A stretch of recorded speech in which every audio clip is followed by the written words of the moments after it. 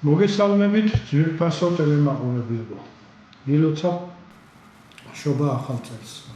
და გისურვებთ უპირველეს ყოვლისა ჯანმრთელობას და მშვიდობას. დანარჩენს თუ ეს ორი უმთავრესი რამ ადამიანს აქვს, დანარჩენს ყოველგვარიან ყველაფერი ეშველება. დღევანდელ დღეს მოგეხსენებათ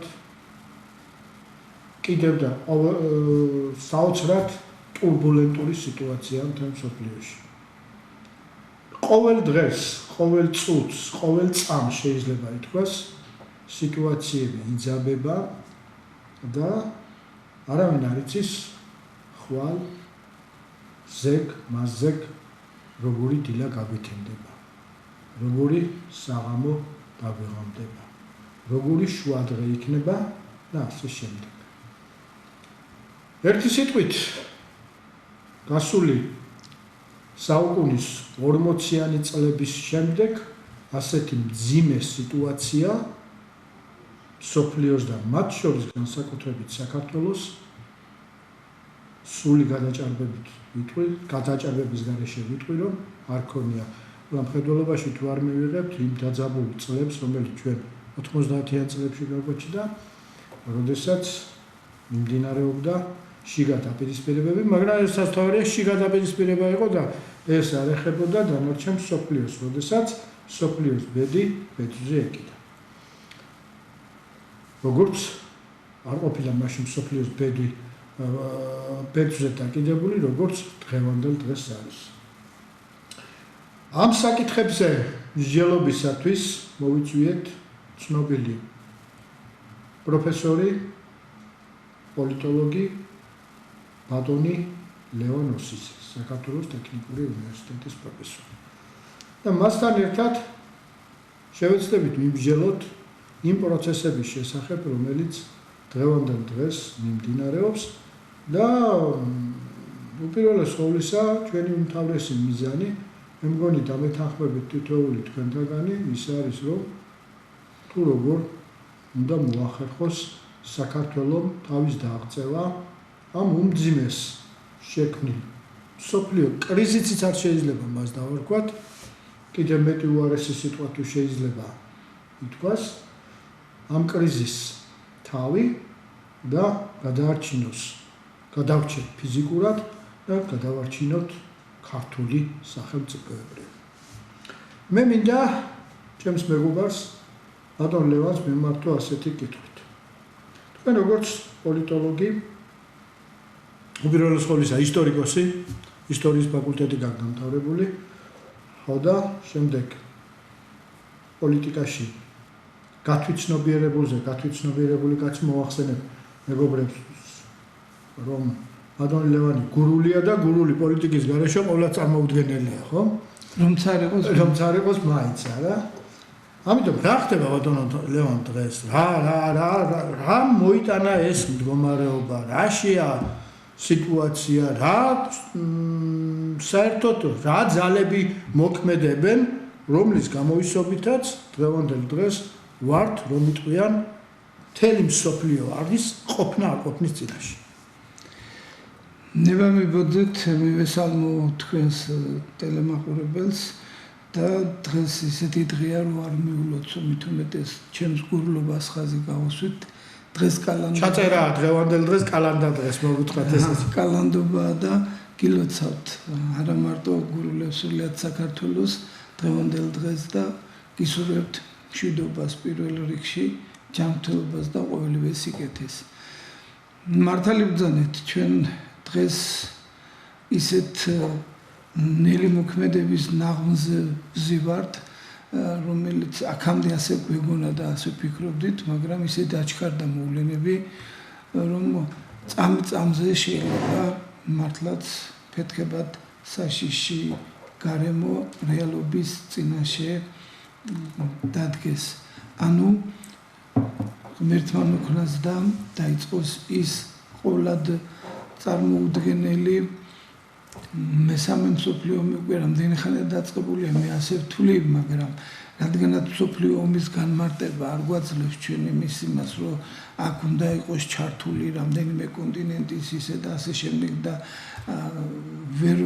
ვიძახით პირდაპირ რომ ასე არის, მაგრამ დღეს ნამდვილად ფეთქებად საშიში კი არ ქვია. აი წარმოიდგინეთ როგორი სიტუაცია, როდესაც ამერიკის პრეზიდენტი ყოველგვარი საერთაშორისო სამართლებრივი ნორმების დაცვის გარეშე, რაც მას უნდა და აწყობს, ამას თავაზობს დანარჩენ მსოფლიოს. ეს ძალიან ისეთი ცუდი პერსპექტივის მომტანია და პერსპექტივაც არ აქვს ასეთ მიდგომას. ხო დავუშვათ აი გრენლანდია ეს საკითხი ერთია, მაგრამ მე უფრო მეტად ირანთან ურთიერთობა მაშინებს, იმიტომ რომ ირანში მიმდინარე პროცესებს ჩვენ ცალმხრივად ვეცნობით, არა გვაქვს იქაური სათანადო ინფორმაცია, სათანადო. აი მე გუშინ მაგალითად ასეთი ინფორმაციაც კი მოვიძიეთ, ავაწყდი ასე რომ ვთქვათ, სადაც ირანის ხელმძღვანელობა იწვევს აი ამ ელჩობის წარმომადგენლებს მასთან და აწვდის ინფორმაციას იმის თაობაზე, ეგრეთ წოდებული ეს ამბოხებულები და ასე შემდეგ, როგორ მკვლელობებს ჩადიან და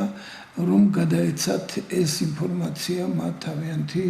თაობებისათვის და ასე შემდეგ, მაგრამ არ დაგავიწყდეთ ბატონო ლევან, ბოდიში ჩაგეჭერით, მაგრამ გასაკვირი არ არის, ჩვენ გვახსოვს უკრაინაში რა მოხდა მაიდანზე, ხო? კი ბატონო, იქაც დაქირავებული პროვოკატორების გამორიცხვა არ შეიძლება, მით უმეტეს, როდესაც ამის შესახებ ცნობები ოფიციალურად გამოვიდა უკვე და დიპლომატიური არხები იძულებულნი არიან მაინც გადმოსცენ ის და რაც შეეხება ძალის პოლიტიკას, სამწუხაროდ ყოველთვის ეგრე იყო. აი ახლა მე სიუგურიას მიუბრუნდები, გურულებმა ვიცით ხოლმე დიდკაცთან პატარა კაცსა როდის გასვლია მართალიო, ხო? ესეც არის, მაგრამ ისი თქმა მინდა მაინც უპირველეს ყოვლისა იმის, რომ აი დღევანდელმა მსოფლიომ ბევრი რამ ისეთი, რაც ჩვენ წლების განმავლობაში დავაგროვეთ და მივიღეთ და თითქოს და სტაბილური ურთიერთობები რო გქონდა და ასე შემდეგ, ბევრ რაღაცას უნდა გადახედოს და ახალი დღის წესრიგით მოგვიწევს ურთიერთობა. ჩვენ განსაკუთრებით ხომ არ ფიქრობთ, ბატონო ლევან, ასეთი შეკითხვა მინდა დაგისვა. ხომ არ ფიქრობთ, რომ რაღაცა აი შექსპირი რომ იტყოდა, დიდი შექსპირი, ჩემო ბატონო, ჰამლეტში აქვს და დანიის სამეფოში რაღაცა დალპაო და ზუსტად სიტუაცია აი გრენლანდიასთან დაკავშირებით ახლა რა თქმა უნდა ჩვენ გადატანითი მნიშვნელობით ვლაპარაკობთ ამას, მაგრამ ხომ არ ფიქრობთ და ხომ არ დალპა ის მსოფლიო, რომელიც მსოფლიოსაც ჰქონდა ის საერთაშორისო წესრიგი და რომლითაც ჩვენ ყურები გვქონდა გამოჭედილი. მაგალითად ერთ რაიმეს გეტყვით ახლა, მე ტრამპის პოლიტიკა ყველაზე მეტად თუ შეიძლება მომეწონოს, რატომ მომწონს? ახლა რატომ მომწონს? მომწონს იმიტომ, რომ ეს კაცი ლაპარაკობს პირდაპირ. ეს მინდა, ეს ჩემი უნდა იყოს და თქვენ რომ ბრძანეთ დიდკაცთან პატარა კაცს როდის გასვლია მართალიო, აი ამ სიტუაციიდან გამომდინარე ლაპარაკობს და ჩვენ გვახსოვს ძალიან კარგად, რომ დემოკრატიის საბურველით იფარებოდა ყოველივე ეს. ახლა ერაყში როგორ შევიდნენ კოალიციური ძალები, დემოკრატია უნდა დაემყარებინათ. მერე როგორ შევიდნენ იმაში, რა ქვია, ლიბიაში, დემოკრატია უნდა დაემყარებინათ. სირიაში როგორ შევიდნენ და შევიდნენ იქაც დემოკრატია, სავსებით სასაცილო იყო ავღანეთში შესვლა დემოკრატიის საბაბით. რას მეტყოდით? ახლა მე უпроსორად მაყურებელს. დიახ, მაყურებელს ვეტყოდი იმას, რომ აი პირდაპირ ფაქტებზე გადავალ. ახლა აი რაც თქვენ ჩამოთვალეთ სხვადასხვა სახელმწიფოში დემოკრატიის სახელით შესვლა და მათი შედეგები როგორ იყო და რა არის, ყოველთვის დასრულდა პირველი პირების ლიკვიდაციით და კატასტროფით. არ ვიცი, ახლა შეიძლება მეშლება, მაგრამ მე ვფიქრობ, რომ მადურომ თვითონ გადაწყვიტა, რომ ჩაბარებოდა. თორე ასეთი რომ გადაერჩინა თავისი თავი ფიზიკურად ფიქრობ ასე იმიტომ რომ ნახა იქ რა დაემართა ჰუსეინს რა დაემართა იმას ამას ჩაუშესკუს აქ ყველას და აქედან გამომდინარე კადაბს რა თქმა უნდა დიახ და შესაბამისად ვფიქრობ რომ ამ ეტაპზე გადაირჩინა თავი რომ ასე ველურად ესეთი არ გამკლავებოდნენ და არ მოეხდინათ მისი ლიკვიდაცია. თორემ ახლა წარმოვიდგინეთ კი იქ თვითმხილველები აღნიშნავენ რომ როდესაც ამერიკელები გამოჩნდნენ და ასე შემდეგ ყველას სისხლი წასტაცრემლი მოდიოდა რაღაცები არ არის გამორიცხული რომ ასეთი წინასწარი შემზადებული იმ სცენარით შევიდნენ იქა მაგრამ მაინც როგორ ერთმა არ გაისროლა თავის დროზე კაცო აი ისა რა ქვია სოფელში უგაზრდილები ვართ ორივე ახლა ჩვენ და ძალიან კარგად ვიცით ახლა ქორი რომ მოფრინდებოდა და წიწილას უნდა დასხმოდა თავს ყრუხი ჯერ ერთი ხო ატეხავდა ერთ ამბავს და მე ჩვენი ბებიები სქოთქოთ მიქონდა ის სოფელი ჩემო ბატონო ხო ხო და ჰაუ ზახილი და ეს გაუგონარი ამბავი ხო ხო ეს ახლა მე ვფიქრობ რომ რა ვიცი ახლა შეიძლება მე ჩემი აზრია და ამისი კონსულტება მე გამაჩნია და ვფიქრობ რომ უზრუნველყო მან თავისი მეუღლის და მისი მშვიდობიანი ჩაბარება იქა რომ აი შემდეგ არ გქონოდათ საბაბად რომ ცხელგულზე პირდაპირ ლიკვიდაცია მოეხდინათ და ასე შემდეგ და ამავე დროს ახლა რაც შეეხება ამ გრენლანდიის საკითხს ეს რომ ნატოს სრული ახლა ანულირება თავისთავად ცხადია იმიტომ რომ ტერიტორიული პრეტენზია თვითონ ნატოს წევრი ქვეყნის წინააღმდეგ და ეგრე ყოველგვარი ცერემონიალის გარეშე მტკიცება იმისა რომ ეს ჩემია კი ბატონო მესმის რომ იქ წიაღისეულია იქ სტრატეგიული რაღაცები ყველაფერი და ასე შემდეგ მაგრამ ასე ერთი ხელის აღებით თუნდაც მაგრამ ტრამპისაგან არც ეს არის გამორიცხული იმიტომ რომ ის ნატოს და არა მარტო ნატოს არამედ იმ ორგანიზაციებს რომელსაც აფინანსებდა და როგორც მახსოვს 66 ორგანიზაციას შეუწყვიტა ერთბაშად დაფინანსება და ასე შემდეგ, მაგრამ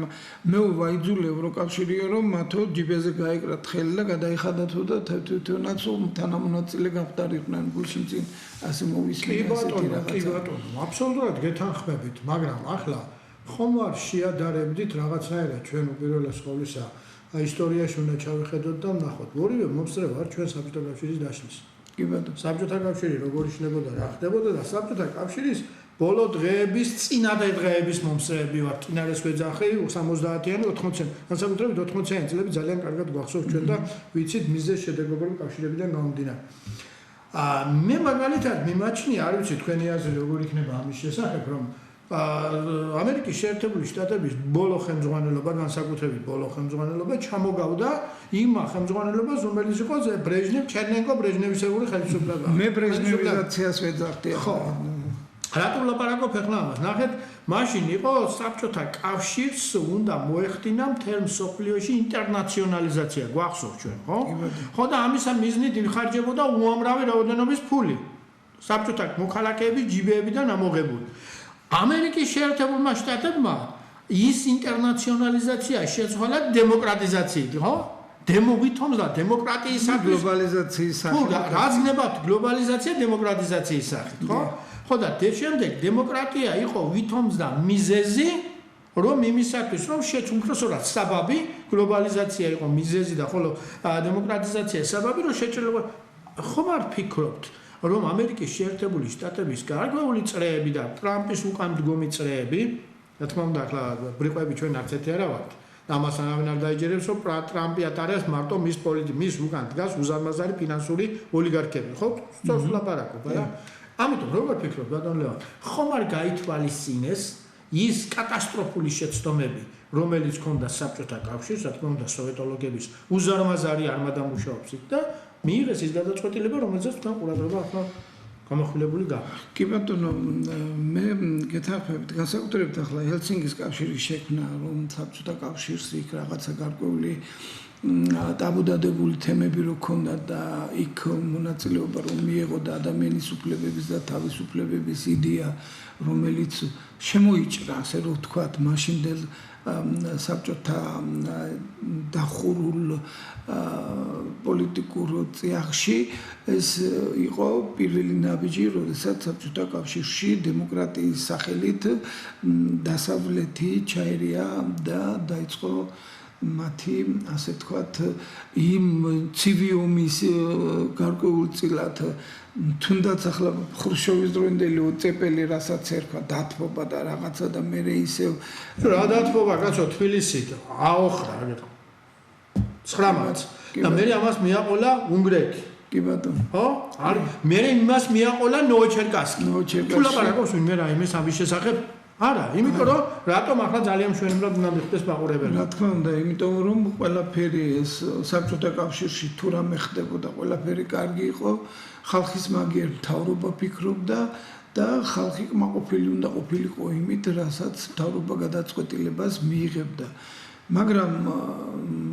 სულოცოდვილო რო იტყვიან გამონათქვამი რო არის სოციალური საკითხი ასე თუ ისე დღევანდელთან შედარებით ასჯერ უკეთეს მდგომარეობაში იყო და გადაწყვეტილება არც ერთს არ ქონდა შიში იმისა რომ აი სტუმარი ახლა ისე გურულებს მიუბრუნდები ღამეა და უბრახუნებენ გარებზე იქეთ-აქეთავე გამოხედა ვინ ახარო და ასე ბანდიტები მე სტუმარი მეგონეო ხო სტუმარის უფრო ეშინია ვიდრე ბანდიტების ხო იმიტომ რომ მე ვერ პოულობ ჩემს სახლში ვერაფერზე შერაზიპოვები ხო ეგეთი ამბავია და აი ასეთი სიტუაცია მაშინ არ იყო რომ სიმართლე რო გითხრათ და აი თანთანობით აი საბჭოთა სივრცე ჩაითრიეს ამ სიტყვის სრული მნიშვნელობით იმ მოვლენებში რომელიც მერე ამ ბიპოლარული სამყაროს მონოპოლარულ სამყაროდ გახდა ეს ყველაფერი ისეთნაირად წავიდა და რაც ყველაზე მეტად მე არც მომწონდა და ყოველთვის ვაკრიტიკებდი და ვამბობდი რომ აი ჩვენ წარმოებელი ერიდან გავხდეს მომხმარებელ ერად ეს ყოველად საშინელება უბედურება წარმოიდგინეთ ახლა დღეს რო ჩვენი მეზობლები მეგობრები ნათესავები საზღვარგარეთ ამ უცხოელებს რო ულიან და პატრონობენ და იქიდან გარკვეულ გროშებს მართალია მაგრამ ჩვენთან შედარებით რაც არის იმასთან შედარებით თანხას წარმოადგენს და ასე შემდეგ რო აგზავნიან ეს ფული საქართველოში კი არ რჩება არამედ თურქეთიდან შემოტანილი პროდუქტები უნდა ვიყიდოთ კარტოფილია, პომიდორია, კიტრია თუ რაც არის და ასე ხახვი და ასე შემდეგ ხო იქეთ ირანიდან შემოტანილი რძის პროდუქტებია თუ ეს ახლა რო ვერ გაგვიგია რომელი ყველია ნატურალური და რა არის და რძის ფხვნილი და რომელი კეთდება და რა კეთდება რა არის აქეთ რუსეთიდან და ასე შემდეგ მით უმეტეს წარმოიდგინეთ ახლა რუსეთთან განსაკუთრებულად მინდა ხაზი გაუსვა ერთ გარემოებას რომ ჩვენ რო ასე გვიკიჟინებენ და უნდათ რომ ემბარგო დაუწესოთ რუსეთს და რუსეთთან მაჭრობა არ კონდეს და ასე შემდეგ რა ხდება ევროპის ქვეყნებში ამ დროს 10, 12, 6, 7%-ით ყველანი ზრდიან რუსეთთან ვაჭრობას და შენ არა ესე იგი აი ესეც არის აი სწორედ ის დიდი კაცისა და პატარა კაცის ამბავი აქაც ჩანს ნათლად როცა მათ რაც აწყობთ უნდათ ხოლო რაც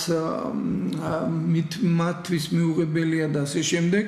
ალბათ ისიც ვერ მოუნელებია და ასეცაა საქართველოში მშვიდობა რო არის წარმოიდგინეთ ის ტვირთი რომელიც უნდა კლაიპედაში თუ იქეთ შესულიყო და ასე შემდეგ გადმომისამართება მოხდა მისი ბათუმში ფოთში და აქედან გამომდინარე ასე თუ ისე ნაწილობრივ მშვიდობიანობის ხარჯზე ვინარჩუნებთ იმას რომ ჩვენთან დადებითი ბალანსია ეკონომიკურ ზრდასთან მიმართებაში ვიდრე სხვა დანარჩენ სახელმწიფოებში იქეთ სადაც საომარი მოქმედებები მიმდინარეობს და ეს ბუნებრივიც არის იმიტომ რომ საბრძოლო მოქმედების თეატრად როდესაც ხდება შენი ქვეყანა ჩათვალე რომ მინიმუმ 20-30 წელი უკან დაიხი ყოველგვარი მისგან, იმიტომ რომ ერთხელ მთელი ცხოვრება აშენებ, აკეთებ რამეს და ერთმა გასროლილმა ხუმბარამ თუ რა იქნება თუ გაქნეულმა ასანთმა შეიძლება თაფერფლად გიქციოს და რამდენი წელი სჭირდება მის აღდგენას იმ პირვანდელ ვარიანტამდე რომელიც ჩვენ ახლა რამდენჯერმე აღნიშნე რომ ისტორიკოსები ვარ და ასე შემდეგ და როცა ანალიზ და რაღაცას ვთხოვენ ომამდელი პერიოდი როგორ იყო და მე რა შედეგი დადგა და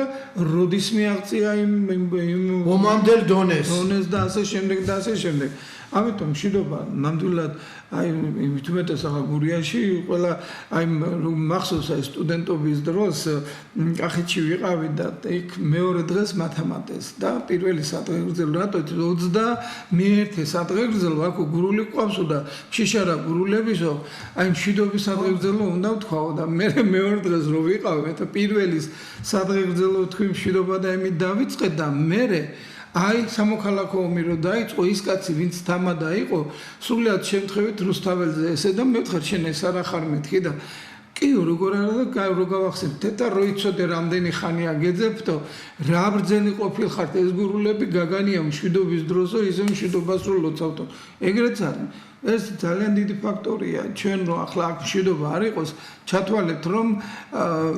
წისვლა კი არა და მინუსებში და რა ვიცი მინუსებს საერთოდ ეს ქვეყანა იარსებებ და აი სწორედ ეგ არის სწორედ ეს არის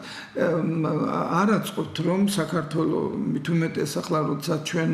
პროგრამად ვიკვლევთ წარსულს და ასე შემდეგ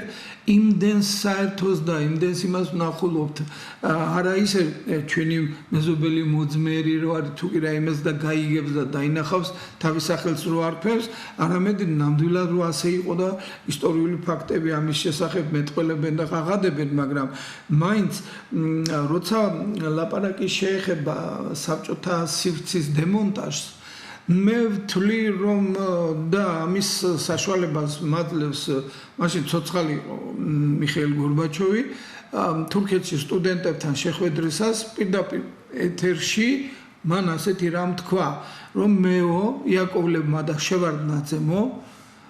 შევასრულეთ ჩვენი დასავლელი პარტნიორების თხოვნაო მოგვიხდინა საბჭოთა სივრცის დემონტაჟი მშვიდობიანი ფორმითო აი ეს ნამდვილად ჩემი ყურით განაგონი მაქვს პირდაპირ ეთერით ესე თქვა ანუ ეს დადგმული სპექტაკლი იყო და შესაბამისად და კიდევ რა ვერ მოუნელებიათ ახლა დანარჩენ მსოფლიოს ამ რუსეთთან მისადაგებაში რუსეთის მოსახლეობა დაახლოებით 4 და რაღაც 3 და ხა რამდენი დაიღუპა და რაღაც ზუსტად არ ვიცი სტატისტიკა როგორ არის დაახლოებით 5% ჩავთვალოთ არის მსოფლიო მოსახლეობის საერთოდ აი ძალიან უხეში გათვლებით და მათ უკავიათ ერთი მთელი ხმელეთის 1/6 ნაწილი და მასზე არსებული ნებისმიერი წიაღისეული იქნება თუ სხვა მენდელეევის ტაბულა თავიდან ბოლომდე შიგნით მოქცეული ყველანაირი და განსაკუთრებული ენერგორესურსები ეს ნავთობი იქნება გაზი იქნება და ასე შემდეგ ანუ დაახლოებით 43.6% მსოფლიო ენერგეტიკული რესურსისა არის ამ 5%-იანი ხალხის კონტროლის ქვეშ ძებით როგორი დისბალანსია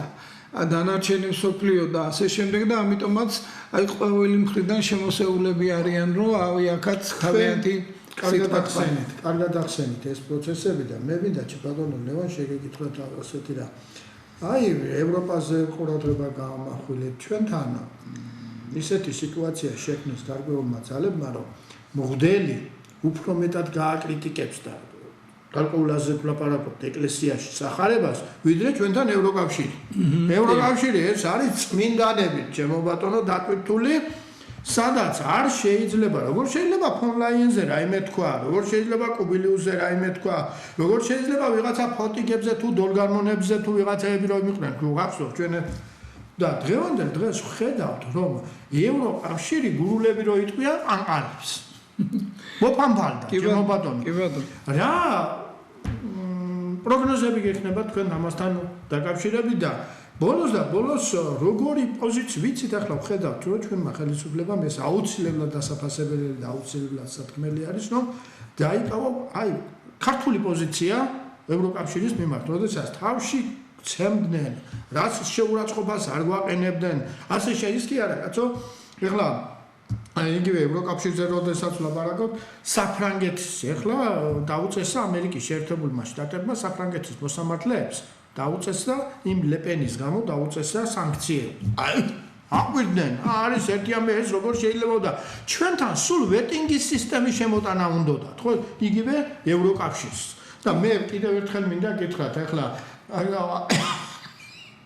იმის შესახებ ჩემო ძვირფასო მაყურებლებო, რომ მართალია არაერთგვაროვანი დამოკიდებულება არსებობს ტრამპის პოლიტიკის მიმართ, მაგრამ მე პირადად ერთი კაცი ჩემი გადასახედიდან მინდა ვთქვა, რომ არა ტრამპის მოსვლა ამერიკის შეერთებულ შტატებში დღევანდელ დღეს აქ ვერ გაუძლებდით მე რომ გითხოთ, ვერ გაუძლებდით იმ უბნელესი შავრაზმელები უკეთესი იყვნენ ამასთან შედარებით, რაც ევროკავშირსა და ამერიკის იმ უბნელეს წრეებში არის, რომელიც მიდგნენ ბაიდენის მიმართ. სიტყვა გამიგზელდა და კითხვა მინდა გითხრათ ასე დაგისვათ ასეთი, ჩემო ლევან, რა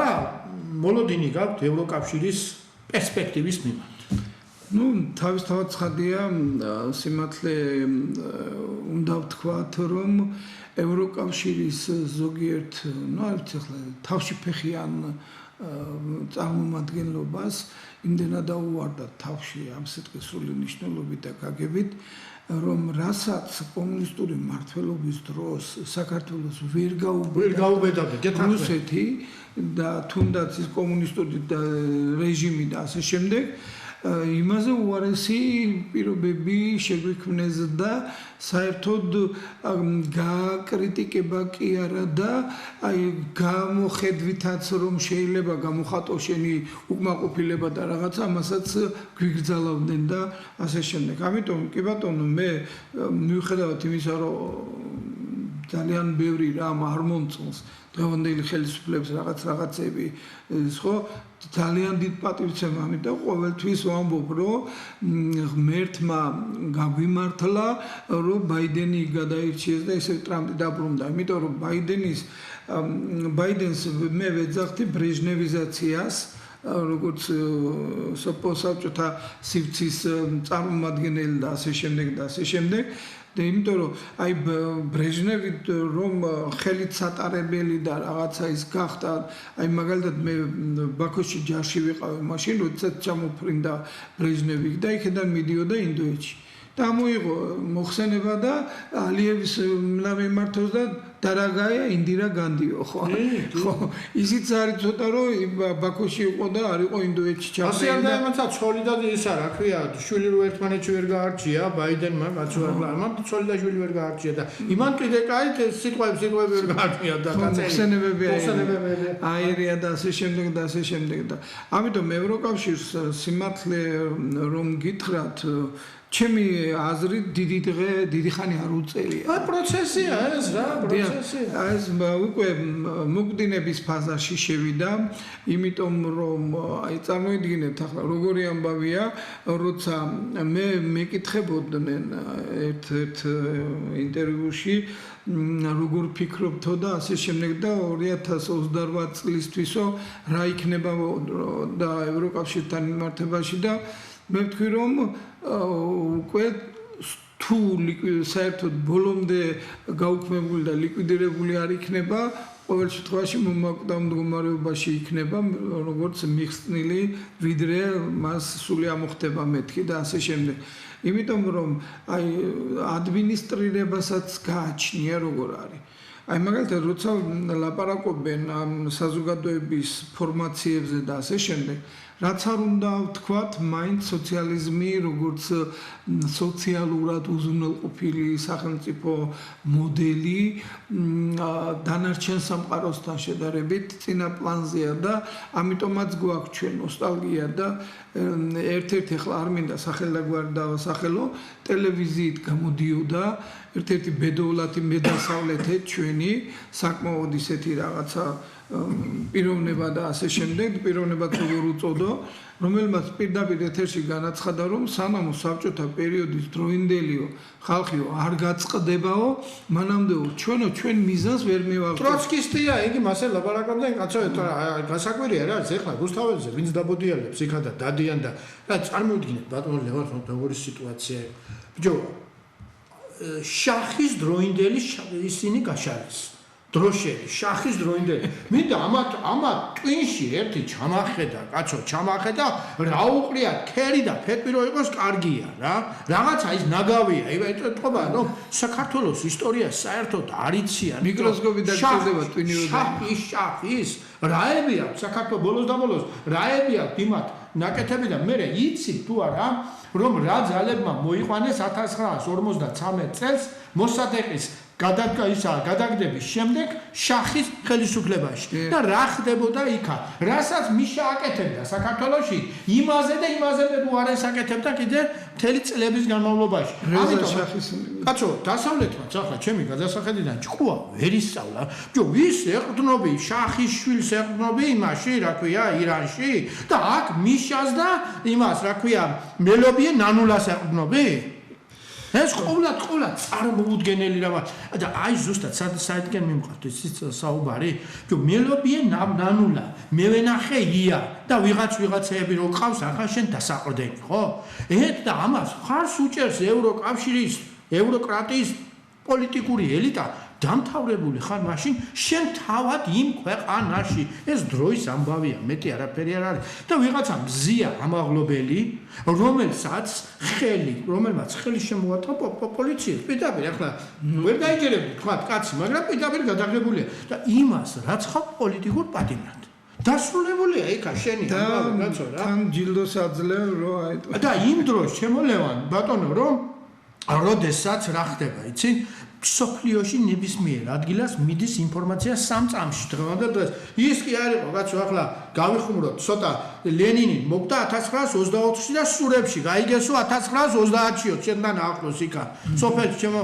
ხუმრობით ლაპარაკობ რა თქმა უნდა ამა ის დრო არ არის დღეს სამ წამში მიდის ინფორმაცია და ყველაფერი იცის ამიტომ ეს არის ჩემი გადასახედიდან ევროკავშირის დაის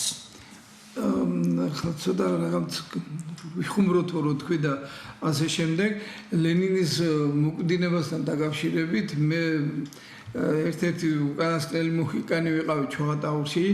და მესტუმრა ერთი ადამიანი და მოითხოვა მე-7 შვილზე რაღაცა ისეთ რაც ეკუთვნოდა ასე შემდეგ და მე ვთხარი მოკვდა ლენინი მეთქი და აღარა უკვე ესენი მე რო დამჭიდაო მაშინ მოკვდა მაგინდა მაინც ლენინიო აწი გაგიკეთებ ბაღნებს დაგინდაო აი იმ კაცო აგერ 1991 წელს მითხრა ესეთი რაღაცა მაშინ მოკვდა ლენინიო და ასე რომ სურებში იგეთი მე რო დამჭიდა მაშინო ხო ეგეთი ამბავია და სიმართლე გითხრათ ახლა ამიტომაც ჩვენ ვაწყდებით ისეთ რეალობას რასაც ეს ჩვენი ეგრეთ წოდებული ოპოზიცია თუ რა პოზიცია არ ვიცი არა შეიძლება ოპოზიცია იქეთ ჩამახედაო მე მინდა გითხრათ რომ თუნდაც მიკროსკოპით ჩაიხედო იქ თვითონ ვერ დაინახავ ხო ყოველდღე გამორიცხულია კაცო ეხლა ერთ-ერთი ქვეყნის თავდაცვის მინისტრმა თქვა არ დავასახელებ ახლა ქვეყანას იმიტომ რომ დიდი ისტორიული წარსულის მქონე ქვეყანა ისო პუტინი მინდა დავიჭირო კი მოვიტაცო კი მაგრამ პუტინის მაგივრად იქა რო დახტეს იმაში ლოგინში დიდი ბირთვული არაღი რა შვება მაშინ მიხარია ამას ლაპარაკობს ვინ იცით ძალიან დიდი ქვეყნის თავდაცვის მინისტრი ხალხო ეს არის მოკლედ ჩვენთან რო იტყოდენ მომსახურების სფეროდან გასვლა კი ბატონო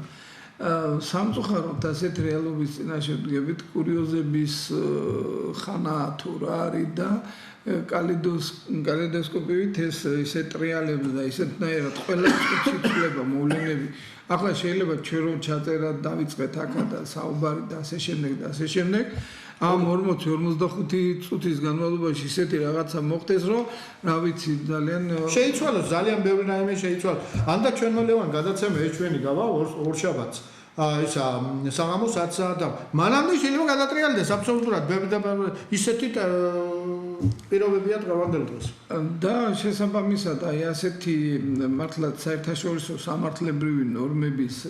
აბუჩა დაგდება, ანუ უარყოფა და მართლაც ძლიერი კაცის პოზიციებიდან, ძლიერი სახელმწიფოს პოზიციებიდან როიტყვიან კუნთებზე ყურება ყოველთვის შედეგის მომტანი არის. გაეროზე რა სიტყვა? აი სწორედ მაგას ვამბობდი მე რომ გაერთიანებული ერების ორგანიზაცია თავის დროზე როცა მას სტალინი და ბერია უყრიდა საფუძველს მე რას ვაგონებს იცით? ბოდიში აი 91 წელი ახსენეთ. კოლექტივის თავმჯდომარეებს ვაგონებს ის კაცი რომ არცა გუერეში კოლექტივების თავმჯდომარეებს 91 წელში და კოლექტივებს მაგონებს კოლექტიურ მეურნეობებს თავად გაერო და აი ნუ გაერო და ევროკავშირი ხო გეუბნებით ფაქტობრივად ანაქრონიზმად გადაიქცნენ. რა ვიცი მე ასე ვთვლი, იმიტომ რომ არავითარი მათ მიერ გამოყენილი გადაწყვეტილება იქნება თუ რაღაცა ბოლომდე არ მიდის. თავის დროზე როცა იქნებოდა იქ და იქ 5 სახელმწიფო რომელსაც ვეტოს უფლება მიეცა ეს უშიშროების საბჭოზე უშიშროების საბჭოში რა თქმა უნდა ხო აი ამას შემდეგ არც ერთი გადაწყვეტილება არ იქნა მიღებული თუ მართლაც ისეთი არ იყო რომ ორივე მხარისთვის ეს სოციალისტური ბანაკის და კაპიტალისტური ბანაკისთვის მისაღები თუ არ იყო და ასე შემდეგ და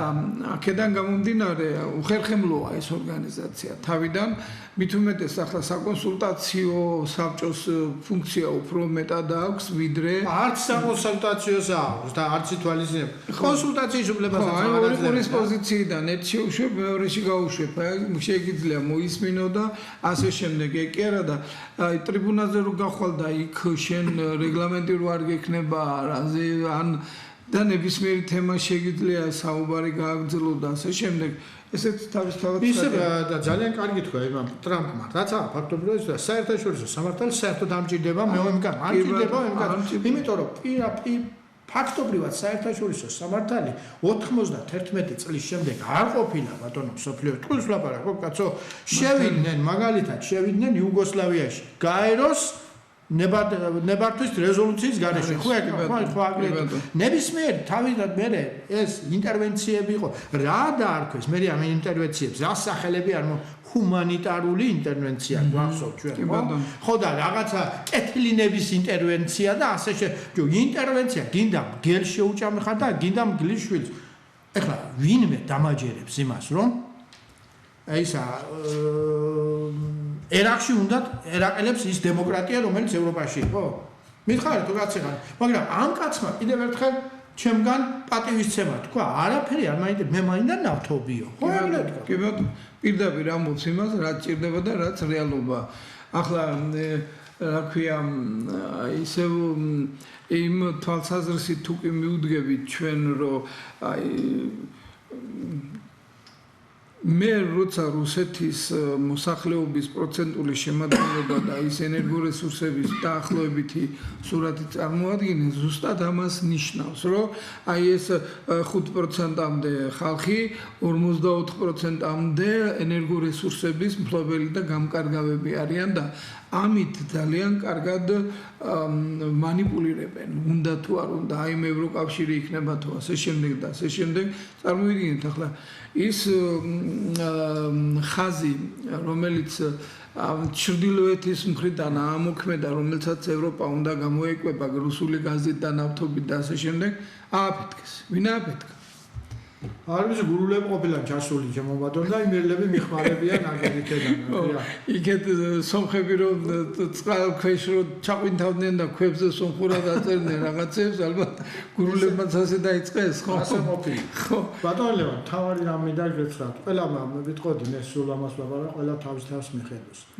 ჩვენ როგორი რა პოზიცია უნდა გვეჭიროს და როგორ ხედავთ თქვენი გადასახედიდან როგორ შეიძლება ამ ძიმეს სიტუაციიდან ბეწვის ხიდიდან ისე სიარული რომ სკოლში არ გადავიჩახოთ და გადავარჩინოთ უპირველეს გადარჩეთ ფიზიკურად და გადავარჩინოთ საქართველოს სახელმწიფოებრივად აი ახლა მე ამ საკითხთან მიმართებაში ისე მიუბრუნდები ჩვენ twin გაცხელებულ მაშინდელ დეპუტაციას, რომელთაც კონსტიტუციაში ჩაგვიწერეს, რომ ჩვენი სტრატეგიული პარტნიორი ევროპა მარტო და სხვაგან გახედვის უფლებას რო არ გვაძლევენ და ასე შემდეგ და თვითონ ასე ვთქვათ კარნახობენ იმას, რომ ვისთან როგორ და რანაირად უნდა ვიყო და ამისთანაც სამარცხინო რასაც ჩვენ სუვერენული სახელმწიფოს მისამართით ლაპარაკობთ, ქართულ სინამდვილეში არ მომხდარა. თანამედროვე ფაქტობრივად ჩემი აზრით შემოლევანი გვაიძულეს ეს რო გაგვეკეთებინა რა გვაიძულეს წინააღმდეგ შემთხვევაში მე ასე ვფიქრობ ახლა ჩემს პოზიციას დავუყენებ წინააღმდეგ შემთხვევაში ვიცით რამდენი პრემიერი აღმოჩნდა ვინ რამდენი პარლამენტის თავმჯდომარე აღმოჩნდა ვინ რამდენი რესპუბლიკელი იყო გახსოვთ მაშინ რომ მიიღეთ ჩვენ რესპუბლიკური პარტიის წარმომადგენელი რესპუბლიკური პარტიის წარმომადგენელი კი არ იყო მეხუთე გოლონა იყო ჩემო ბატონო ხო და ისინი რაებს გააკეთებდა და რა ხდა ყოველ შემთხვევაში მე ასე ვფიქრობ არ ვიცი ხო და ამიტომ ესე იგი ახლა გვინდა თუ არ გვინდა ჩვენ ამ პარლამენტში ეს არ ხერხდება მაგრამ მომავალ პარლამენტში ეს საშინელი მე მგონი ამაშიც ამოვაგდოთ ამაშიც მოხდება ასეთი კაცი თუ კი გამოჩნდა რომ აუცილებლად უნდა ეს უკვე მოძველებულია ჩემი აზრით დამთავრებულია კაცო ახლა რომ გაუგონარი ამბავია გეთანხმების 78 მუხლი რომლის მიხედვითაც ქვეყანას არის არჩეული ესე იგი ევროკავშირი და არის ნატო. ბიჭო, ჩაბარდა ისტორია, წავიდა ლენინის საქმეები, ლენინი მოკვდა, მაგრამ მის საქმეები ცოცხლობს. ამ სიტუაციაში ნუღარ აღმოჩნდებით მე ყოველ შემთხვევაში და ეს ისტორიულმა პროცესმა, ჩემი აზრით მე ამას ვლაპარაკობ და ამაზე. დაისმება მე ვფიქრობ საქართველოში სასურველია რაც შეიძლება ადრე დაესვას წერტილი ახლა წარმოიდგინეთ ახლა როგორი სიტუაცია ჩვენს ეკონომიკაში განსაკუთრებით ბოლო 20 წლის განმავლობაში ძალიან დიდი დადებითი ბალანსი შეაქვს ჩინურ კაპიტალს და ასე შემდეგ ეს გზები ეს გვირაბები ეს ყველაფერი რო შენდება და რომ უკვე 2 საათნახევარში შეგიძლია დასავლეთში და ასე შემდეგ ეს მიღწევა რა თქმა უნდა მათი დახმარების გარეშე შეუძლებელი იყო და რა თქმა უნდა მათ მოგება აქვს მაგრამ სხვანაირად არ ხდება მსოფლიო პოლიტიკაში რაცო ეს არ ხდება პარტნიორს და აქედან გამომდინარე რა თქმა უნდა ეს ამოსაღებია სამარცხინო მუხლი მე ამას ასე ვეძახი და 78 და ასე შემდეგ ხო და იქ კიდევ ბევრი რაღაცა საკანონმდებლო ბაზა რომელიც ჩვენ მივიღეთ მე მახსოვს როცა ტარდებოდა ეს ვილნიუსის სამიტები და რაღაცები მათ შესახებ თბილისის სახელმწიფო უნივერსიტეტში კონფერენციაც კი მოვაწყოთ მაშინ ბატონი ლევან მეტრეველის უშუალო იმით ხელმძღვანელობით და ასე შემდეგ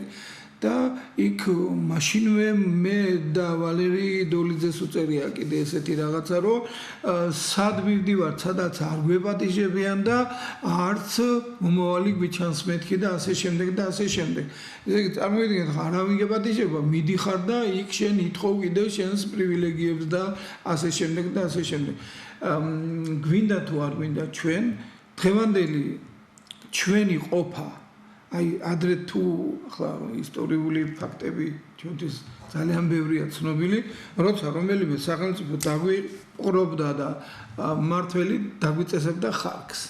ხარკი ახლა შეიცვალა გადასახადით. რა შეიცვალა ჩემთვის ჩვეულებრივი მოკვდავისთვის, ახლა მე დაუშვათ აი დამჭირდა და იპოთეკური სესხი მაქვს აღებული და სამი ბავშვი რაღაცა რომ 18 წლამდე არ ყვა 12%-იანი სესხი ავიღე რაღაცა და ამას თვლიდნენ დიდ მიღწევად. და ამ 12%-დან 10% დასავლურ ბანკებს მიაქვს, რასაც მე ვიხდი. ეს არ არის ეს ხომ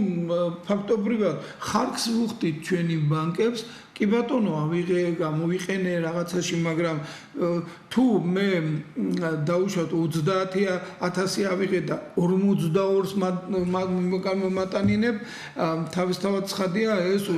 ფაქტობრივად შემოლევან ეგ იყო სიტუაცია საბჭოთა კავშირის დაშლის შემდეგ ჩვენ აღმოჩნდით ნეოკოლონიალიზმში აღმოჩნდით და ისე მიდიოდა მაგრამ რა შეა საქმე იცით ჩემი გადასახედიდან ეს არა დასუსტა ეს იმპერიალისტური სისტემა, როგორც ყოველთვის ხდება, მისი დასუსტება და გაძლიერება და ამ მისუსტების ჟამს ეს უნდა გამოვიყენოთ ჩვენ შემოძვირფასო მეგობრებო. აი ეს აუცილებლად უნდა გამოვიყენოთ, იმიტომ რომ ეს პროცესი აუცილებლად დასრულდება იმით, რომ შემდეგ სულ სხვა პროცესში გადავალ და ამ სიტუაციაში ჩვენ უნდა მოვიმაგროთ წელი და უნდა გავხდეთ ძლიერი სახელმწიფო, რომელსაც რომ გვიბედავდნენ აქა ვიღაცეები, რომ ჩამოდიოდნენ გადამთიელები და მირბოდნენ იმათთან, რა ქვია, თაბაგარებთან და როთები რო ჩამოყავდათ და რაღაცა ვისი ვიოლინო, ვის როიალში იყო, რომ არ იცოდნენ, ასეთ ხალხთან დაყავდათ, ჩემო ბატონო და ასეთები იყო. თვითონ აი ეს პრეცედენტი საქართველოში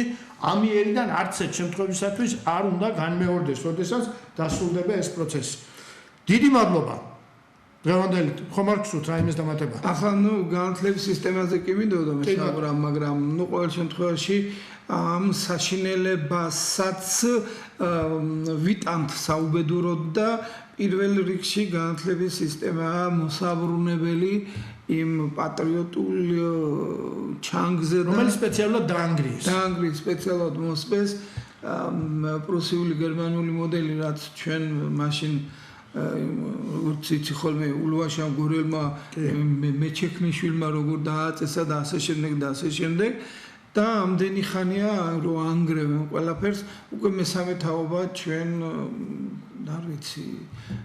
რა გველოდება თუ არ შემოაბრუნეთ ეს ხალხი და განათლება. ეს აუცილებლობაზე, იმიტომ რომ მე შემთხვევით არ მიხსენებია ნეოკოლონიალიზმზე. კოლონიალური სისტემის ერთ-ერთი უმთავრესი დასაყრდენი არის გაუნათლებელი ხალხი იმ ქვეყანაში. გაუნათლებელი თაობა და აი ამას აუცილებლად უნდა მოევლოს. ამიტომ არ არის შემთხვევითობა რომ ჩვენს გადაცემას ქვია აწმყო შობილი წასულისაგან. დიდი მადლობა ბატონო ლევან, რომ გამონახეთ დრო და მობრძანდით ჩვენთან და ასე საინტერესოდ ესაუბრეთ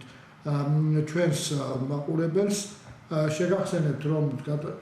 ეთერში იყო გადაცემა აწმყო შობილი წასულისაგან, რომელიც გადის ყოველ ორშაბათს 22 საათზე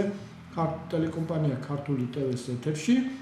და გვირდებით, რომ მომავალშიც არაერთხელ იქნება ბატონი ლევან ოსიძე ჩვენი სტუდიის სტუმარი. მადლობთ ყურადღებისათვის, მომავალ შეხვედრამდე. მადლობთ ყურადღებისთვის.